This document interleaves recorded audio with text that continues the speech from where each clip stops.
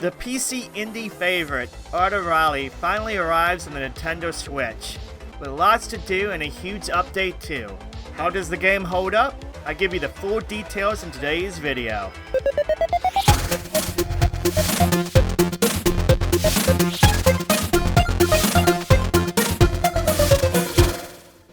Last year, Art of Raleigh came out to PC users and it was pretty well received. It features a simplistic art style that focuses heavily on simple colors and a zen-like experience when racing. The simple experience is a definite theme in the whole game, but what it is not simple on is its features.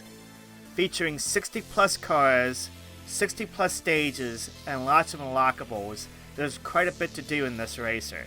It's heavily inspired by rally racing's heyday from the 60s to 80s, featuring cars from Group B, Group S, and Group A, so if you're a fan of that, then this game is definitely for you. You'll be glad to hear that the racing is pretty spot on, with each car handling different, as well as each environment and road terrain having its own feel too. Some cars are more drifty than others, while some cars are better suited for certain situations. Each track has its own challenges and everyone feels different.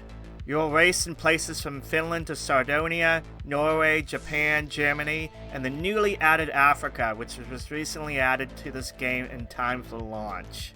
One of Art of Raleigh's biggest perks is the breadth of options and how difficult you wish to make this game. From steering to handling, to how much sensitivity and control, to of course AI difficulty. Whether you are a Rally Pro or a Rally newbie, you'll find a lot of enjoyment in this racer. The game's main mode is Career, and that has you going through Group 2 to Group A, racing during different years, completing event after event. If you are successful, you'll unlock cars and car skins that will be added to your game. There is also a Time Attack mode, which you race to set best times for each track, and Custom Rally that allows you to set your own races and customize them how you wish, including setting the weather, car class, and difficulty. Online events, which is supposed to have daily and weekly events, is not working at this time, which is a deep shame, as I was looking forward to that feature.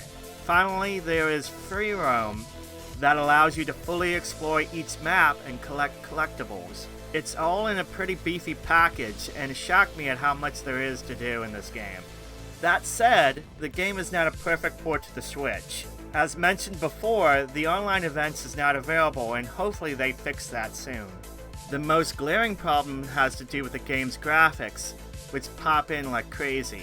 Some stages are so bad that they are borderline horrific. The game seems to have a lot of trouble with rendering trees. Certain objects don't fully materialize from their blocky forms until you're right on top of them. Listen, I know the Switch isn't the most powerful thing out there, but I know it can handle graphics better than this. Hopefully the developer is able to address this issue soon, as I really do dig the Zen experience of this game, but having that much pop-in really takes you out of that. Beyond that, in some cases the load times can be pretty hefty too. But as I said, nothing is more glaring than the pop-in at the moment. Portable mode-wise, the game runs about the same as it does in docked, albeit at the screen's max resolution of 720p. For Art of Raleigh, I really enjoyed the racing. Make no mistake, the zen-like racing is great, and the soundtrack, which I haven't yet talked about, is pretty freaking nice. Definitely Eurobeat inspired for sure. Each racetrack has its own ambience, and each car has its own sound when zipping around the tracks. It definitely adds to the experience, and again, it's all about that zen-like racing experience here. They just really need to work on that horrific pop-in, online being non-operational, and load times. If they can address that, this might be one of the better racing games on the Switch. I think for most, they're just going to have to decide on if the pop-in is a deal breaker for this game or not. I'll keep you guys updated if a patch comes through for this game. And there you go, that is Art of Raleigh, the review for that. Hopefully you guys enjoyed it. Let me know if you're going to pick up this title or not.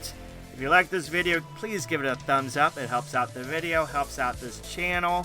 And if you're not a subscriber, this is your first time on this channel, please consider subscribing. We got a bunch of videos here each and every week. A lot of Nintendo stuff. We also do some retro stuff and some other games as well. And of course, as always, a big shout out to the Kaiju Club patrons you see on screen here. Thank you guys. These guys help to finance the channel, help to bring games and review videos to you guys. If you're not a patron and you want to be a patron and get a shout out during every video and stream, check out the link on the screen right now. It's also in the description box down below. Pledges start at just $1. Guys, thank you for watching as always. Thank you for subscribing.